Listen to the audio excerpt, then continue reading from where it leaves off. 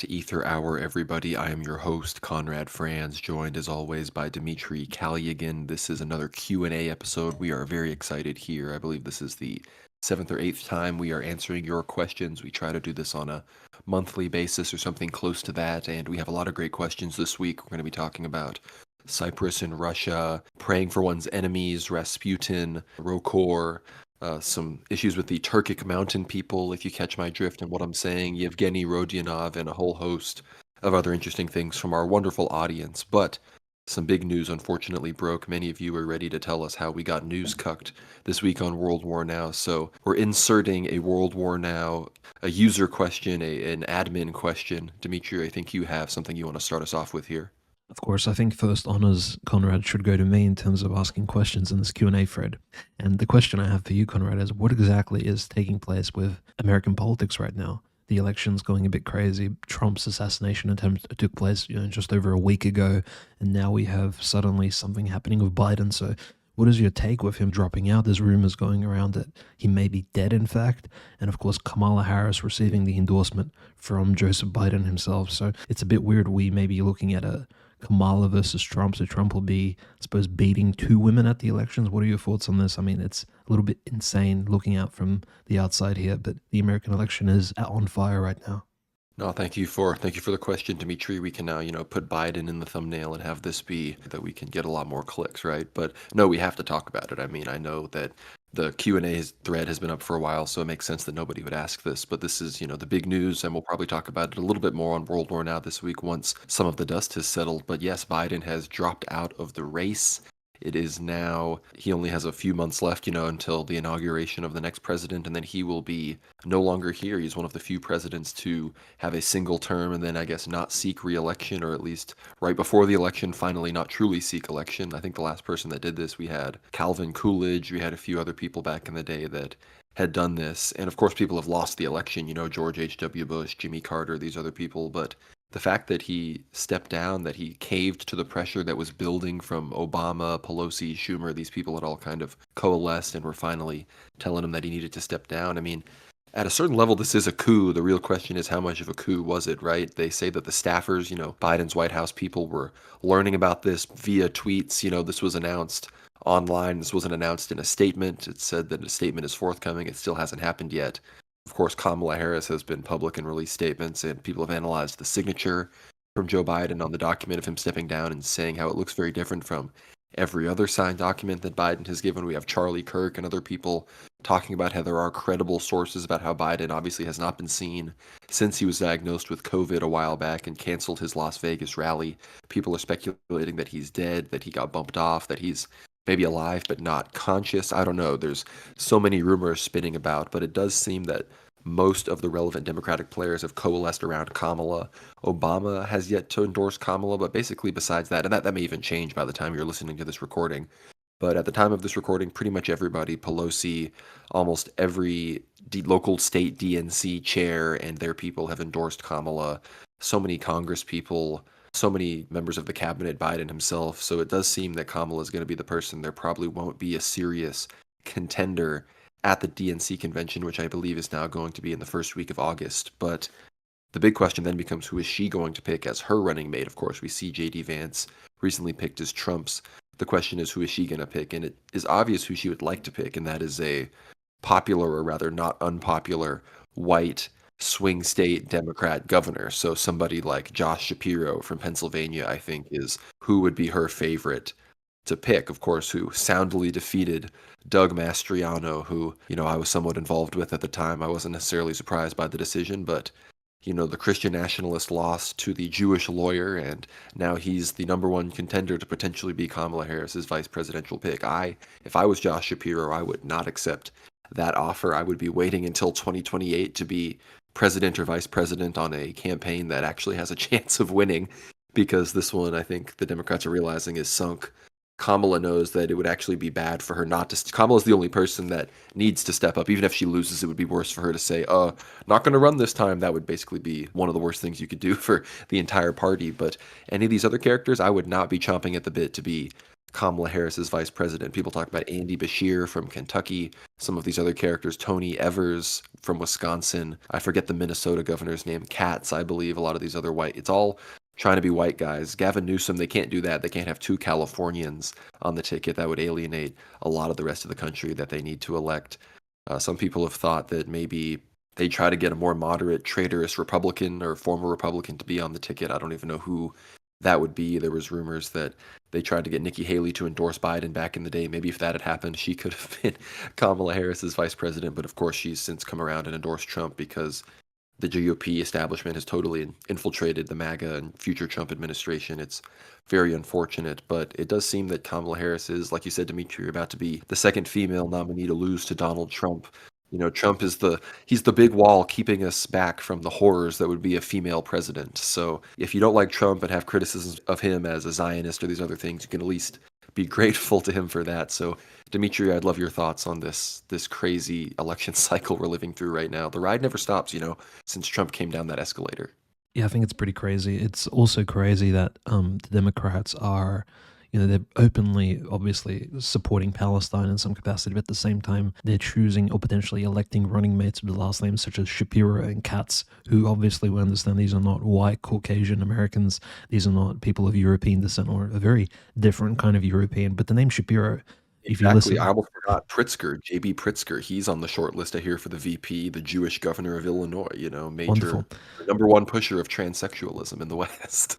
Well, if you listen until the end of the episode when we do speak about the Polish death camp Auschwitz during Nazi Germany and the Third Reich and its liberation by the Soviet armed forces during World War II, you may hear the name Shapiro again because it comes up again in that particular story. So listen until the end of the episode or subscribe on the Substack to get access to that. But yes, look, the election's going to get a little bit crazy here. I'm not sure if they're using Kamala Harris as just like a battering ram in order to lower Trump's, maybe even damage his image, but because she is quite gifted rhetorically, right? She's a sort of trained lawyer, attorney.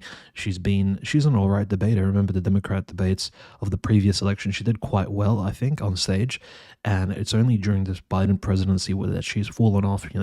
There's definitely footage of her when she's high on drugs. She's definitely under some sort of influence. So she's really kind of, I don't know, become relaxed, or maybe the adrenochrome they get these people on is just a little bit unhinged.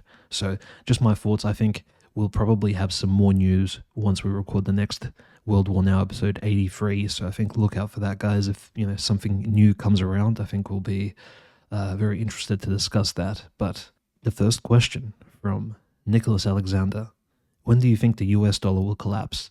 Come November, right before the US election, when BRICS officially unveils the BRICS currency backed by gold, or perhaps much later due to overspending for Jews and Khazarians, etc. So what do you think, Conrad? I think, look, my opinion, and this is based on the analysis of a really good friend of mine. He's an Orthodox Christian Russian. He's a very successful banker, so he works in the banking industry, and I'm giving him a shout out. I won't be giving out his name, but he assists us in a lot of economic analysis, myself and Conrad, on occasion when we do need like a deeper look into the economics of various countries. And his theory on the BRICS currency and just where the dollar's going is that the dollar will be kept running as long as possible in order to fuel these never-ending wars, which J.D. Vance and Trump brought up actually at the RNC. But also, if you consider the fact that the world has not yet moved on to the next stage of financial technology, right, Conrad? The CBDCs, cryptocurrency, the blockchain.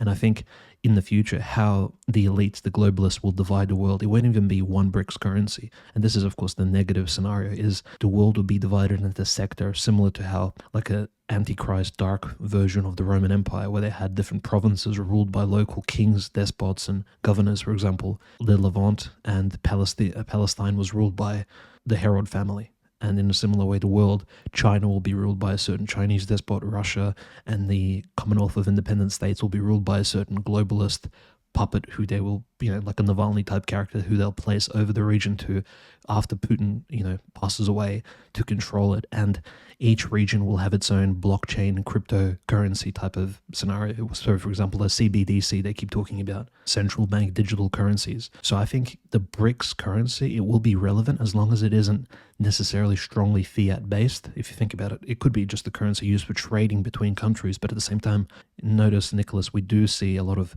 countries going and using local currencies instead of the dollar. So there is there'll be a a challenge to even the BRICS currency, perhaps, because you see Russia trading with India using rupees, Russia trading with China using yuan. So how does the BRICS currency actually come into this, and how does it interrelate with the CBDC, which Russia is currently developing? So the Russian central bank is actually developing its own cryptocurrency.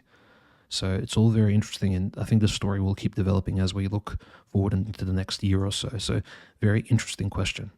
Yeah, I agree with a lot of what you said there, Dimitri, but I would say in general, especially your first part of your answer, I don't think the dollar's going anywhere anytime soon. Keith Woods put a really good article out recently about the euro dollar system and how the shadow banking elite money control system that is controlled by, the city of London and the Talmudic characters that reside there and in New York City and in Tel Aviv and in, Berlin and Vienna, Munich, all these places, the Vatican, of course.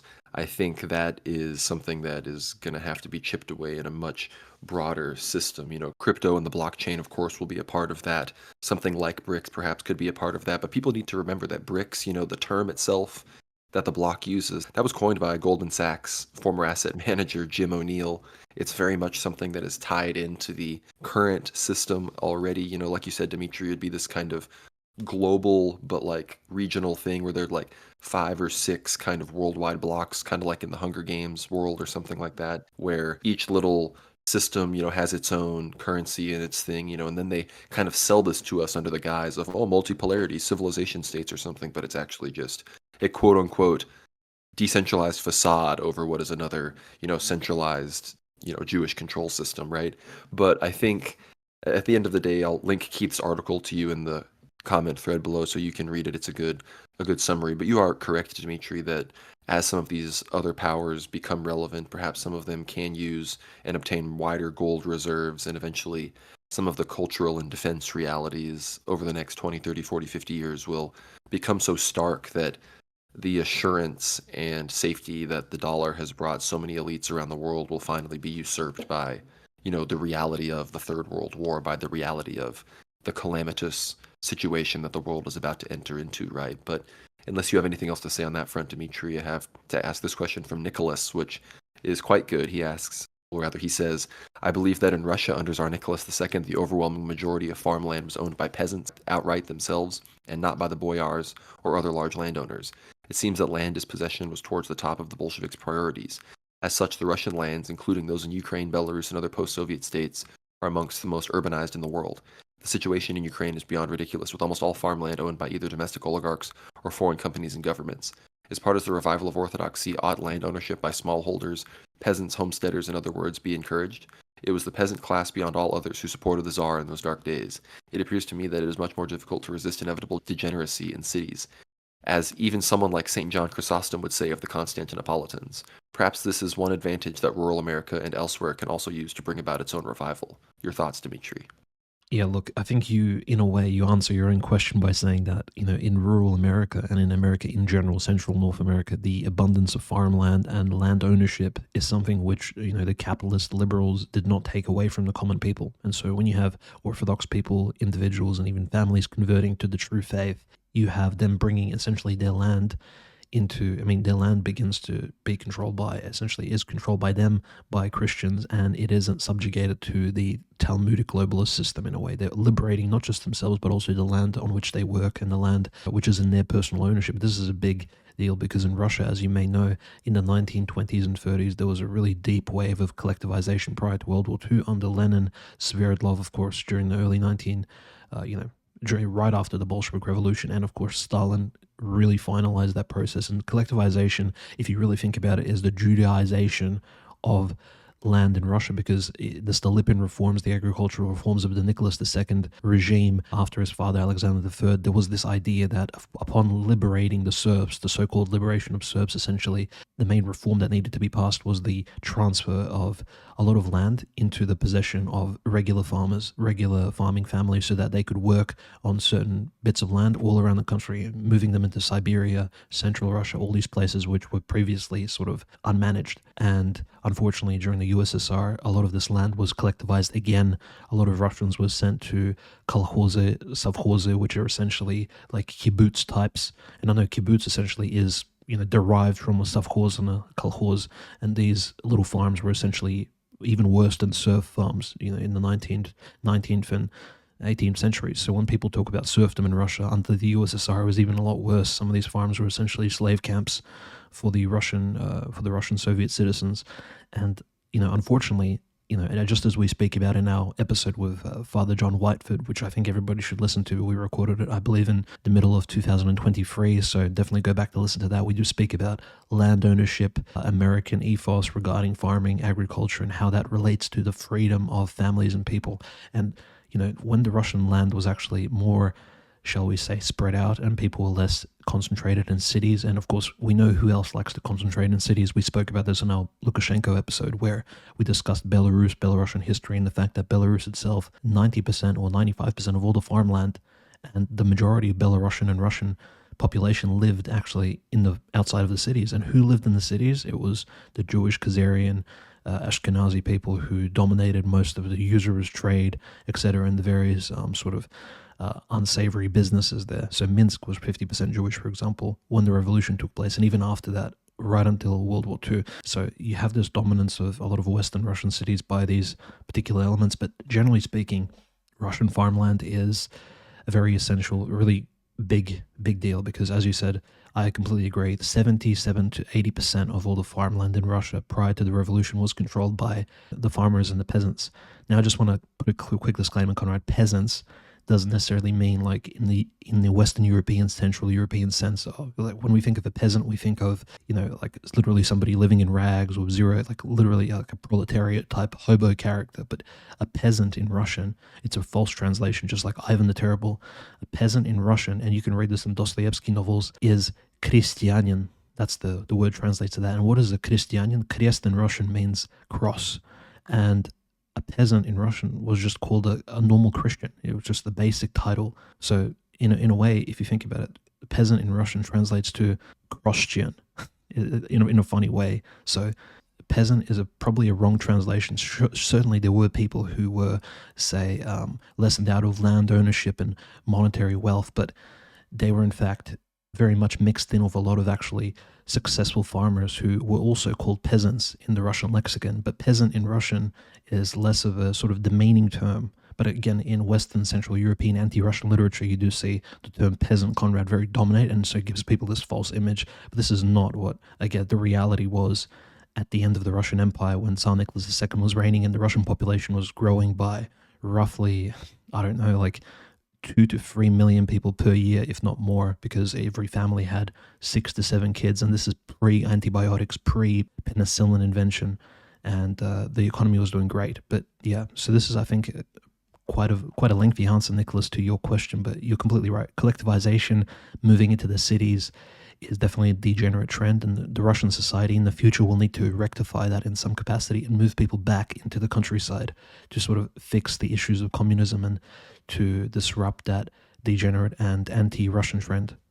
No, I totally agree. And there have even been times in times of trouble, even in more modern times in Russia, when a lot of grocery stores were supplied by peasant farms and people were having a lot of their diet consists from locally grown, even in semi-urban areas, some of the foods. So there's always been a bit of a nutrition thing in Russia as well, with the talk for Belarusian food and everything. But, Metropolitan Neophytos, he also talks about how people should have a place and be able to get out of the city and not bring the hustle and bustle of the city into the countryside like that. But to say about rural America, unfortunately, I think even more so than in other places, rural areas have largely been affected by the same rot. When you go to some of these places, they've been very hollowed out. A lot of young people don't have any opportunities there. There's no way for young people to meet and get married. That's why so many people in America are forced to move to cities to meet people and to get jobs and to really have any kind of interesting social life, because with some exceptions, of course, most of these rural communities have been totally hollowed out. And you talk about land ownership. I mean, Bill Gates, Ted Turner, Mark Zuckerberg, these are the 3 biggest landowners in the country, right? So these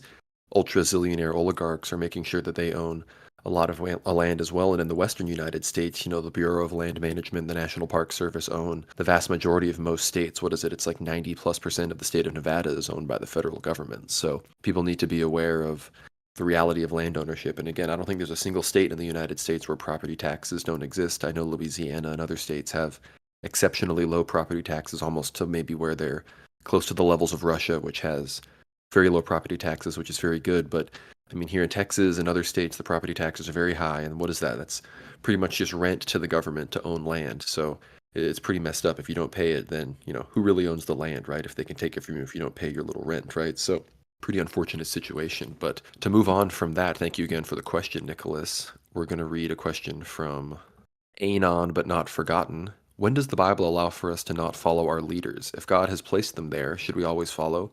That seems wrong, as if they are antichrist or are derelict in their duty to us, but curious your thoughts. So, yep, thank you for the support, and it's a good question. It's obviously one of the toughest questions I think that Christendom has been grasping with. I know that Orthodox authors like Ivan Ilyin have handled this question in books like On the Resistance of Evil by Force. Obviously, there are a lot of biblical stories that do have to do with this, I think, explicitly of when Christ tells his followers to render unto Caesar what is Caesar's and render unto God what is God's, of course, in regards to paying taxes.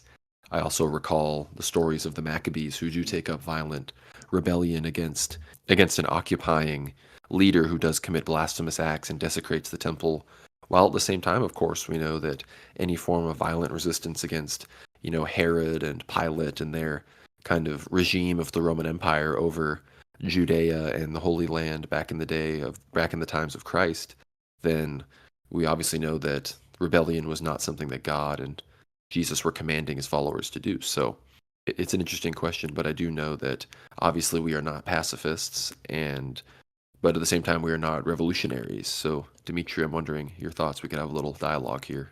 Yeah, look, it's a pretty complex question, and I say it's complex because even for myself, I've struggled with this probably over the last 10 years, reading various Orthodox writings and even excerpts from Byzantine, Roman, Russian history.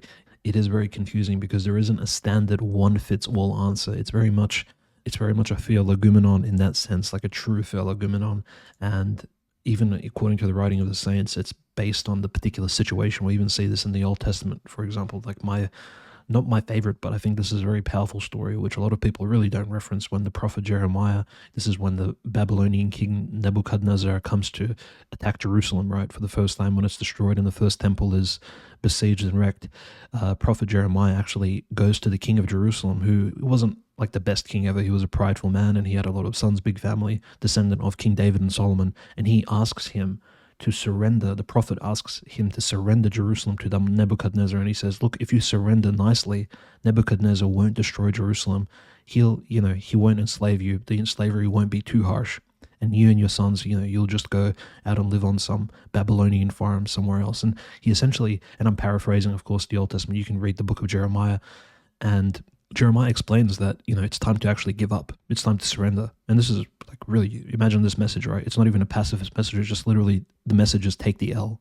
And he's telling people who are essentially Orthodox in the Old Testament sense.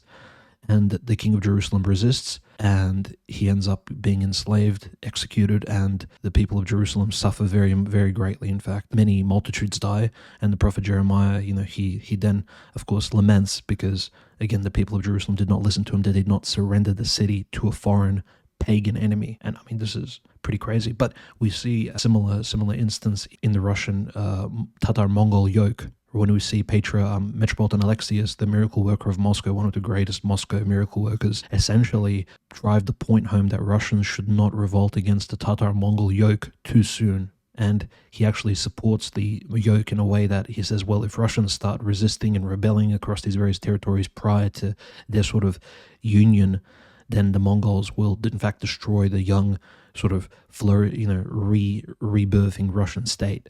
And it's a very interesting take because, in fact, because it does tie into this idea of resisting authority, resisting a sort of foreign occupier on your particular land. Maybe there could be some analogies to World War II here that could be made. But in regards to, of course, resisting authority, we do have, like in a biblical sense, we do have Romans chapter 6, Romans chapter 13, where Apostle Paul directly speaks about actually obeying those above you. So, there is this idea of resisting force. We see this, and we also have this sort of theory, Conrad, of, I suppose, obeying the people in charge as well. But in the case of, say, for example, Julian the Apostate in Byzantine Roman history, the church fathers did not obey Julian the Apostate, whilst the Orthodox soldiers and warriors did. They did go with Julian to fight against the Persians.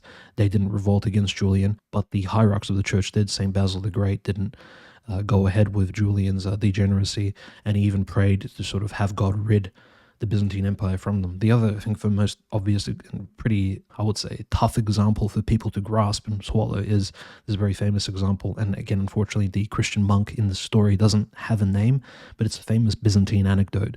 During the reign of the usurper and very, I would say, negative Byzantine Emperor Phocas, who slew the previous emperor of the Roman Empire, Maurice, and his entire family in the early 600s AD, just before Muhammad and the reign of Heraclius came about. Phocas, there was a monk who was praying in the desert in the Byzantine Empire, and he was asking God, why did you allow such a tyrant to rule over us? This guy is horrible. And Phocas was really bad. He was executing people without trial. He was doing all kinds of horrible things, spreading, essentially ruling as a really true sort of biblical tyrant over the Byzantine people. And he was a regicide himself because he slew the previous Roman emperor. And God answered the prayers of this ascetic, and the Lord said, basically, because I couldn't find anybody worse to rule over you. So, I mean, pretty tough message, right? I mean, this is when we ask, well, why is my bishop so bad? Perhaps it's because you deserve it. Again, quite a tough message to swallow, but I just want to read this last citation from St. Joseph of Volotsk. You may remember St. Joseph of Volotsk when we speak about the Judaizer heresy in Russia during the 1400s, which disappeared under the grandfather of Ivan the Terrible, Ivan IV. This is Ivan the Great. When he ruled Russia, Saint Joseph was fighting against the heresy of the Judaizers, and he wrote in his one book, it's called The Enlightener. And in this book, Saint Joseph, one of the first Orthodox saints actually, who openly speaks about disobeying a king or a ruler in power. And this is a very famous quote. It's spoken about a lot in Russian, probably a bit too much because the quote is quite isolated, but I'll read it out anyhow. If any king rules over people, and over him reign vile passions and sins, avarice and anger, deceit and falsehood, pride and rage, worst of all, unbelief and blasphemy, such a king is not a servant of God, but of the devil, and not a king, but a tormentor. Can you imagine this being written in the 1400s during the reign of Ivan III, who was actually a really good Tsar in Russia? But Saint Joseph, this is quite a strong message. It does, in fact, paint a picture of, well, if the king or the ruler of a country is, in fact, incredibly sinful. For example, you can compare this to the Soviet government, which spread degeneracy. Saint Joseph directly tells us that we really don't need to obey that government as per Romans 6 and Romans 13. Of Apostle Paul. So very interesting. I think this particular subject can be developed in the future. I'll probably write about it because there's just so many different quotes, citations, and stories that can come into this. But yeah, Conrad, definitely a super complicated subject. Thank you for the question. No, I agree with a lot of that. I could respond, and we could probably have dozens of episodes about this topic, but in the interest of time, we are going to move on to our fifth question here from Andrew Dunn, who asks, Cyprus was benefiting heavily from Russian vacationers and investors just a few short years ago. A spectacular Russian Orthodox church was built in Limassol, in fact. Any idea why they threw all of that away when the Ukraine stuff came about? What dirt do the Zionists and their cucks have on Cyprus? Well, some of that gets answered in my Cyprus article, which I will probably be following up as sort of a series. Not that that will be my immediate forthcoming article, but I'll be following up on that subject as something I cover in articles regularly. But yeah, the fact that Metropolitan Athanasios of Limassol, he of course is one of the most strong, besides Metropolitan Neophytos, he was the strongest Cypriot supporter of Metropolitan Onufri and the Ukrainian Orthodox Church for that reason. And of course the fact that there are a large amount of Russian diaspora living in Limassol and that it is probably the most popular Russian tourist destination in Cyprus. He's accused of being a Russian agent that, at a basic conspiracy level, you'll read this in like the Orthodox Times. They believe he's sold out to the Kremlin for, the Cypriot tourist money that the Russians would give, to him, which it's like, okay, this seems kind of an infantile conspiracy, but I think ultimately he's a hierarch, of course, that stands on the canonical truth. But the fact that the Cypriots went so strongly the other direction is evidence of a few things. I mean, the one thing that needs to be clear is that Cyprus is divided between, the Greek population and the Turks, of course. There's a huge UN buffer zone, and then there are huge British naval bases on the southern Republic of Cyprus on the Greek side. Cyprus is very much a key, I called it in the article, an aircraft carrier of the Atlanticist bloc, because it is very much, again, even with the Turkish side, before October 7th, that would have just contributed to that point further, because Turkey's a NATO country, so you have Greece in this British occupied zone with this Turkish area in the north. Again, it's not recognized, but it's very much not a sovereign area, you could say. It's amazing that people like Metropolitan Neophytos, he's able to stay strong because Cypriot intelligence, they have a heavy hand in that country. They take a lot of, influence from the CIA, from MI6, because there are major US intelligence bases and cells embedded in these British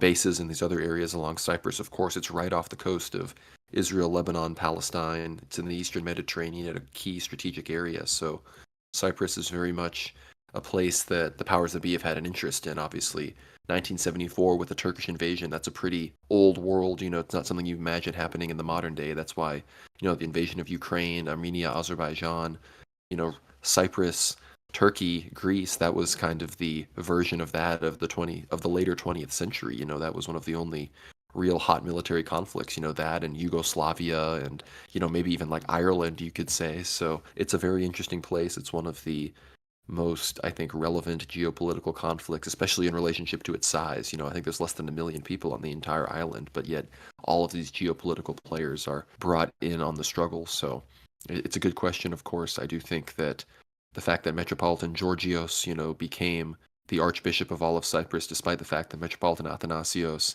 and others were actually leading at the beginning of, the election cycle, I do think that the powers that be leaned on that and prevented Metropolitan Athanasios from becoming the Archbishop so that somebody who recognizes the schismatics got in power. And I believe, of course, that Patriarch Bartholomew, those in the Greek world, I believe Go-Arch as well, actually, Elpidophoros would have been involved in leaning on that scale and making sure that Cyprus stays in the fold of the EP's side of things, because in their eyes, only Antioch and Jerusalem are the wayward, quote-unquote, Greek patriarchates, as, Athens, Constantinople, Alexandria, and most of Cyprus have fallen in line when it comes to recognizing the schismatics in Ukraine and basically admitting that the EP has this nonsensical neo-papist leadership style. This modernist ecclesiology that has come out of the Fanar recently is kind of what has been conceded by a lot of these Greek patriarchs and bishops all over, but thankfully many strong hierarchs in all of those churches stand firm. So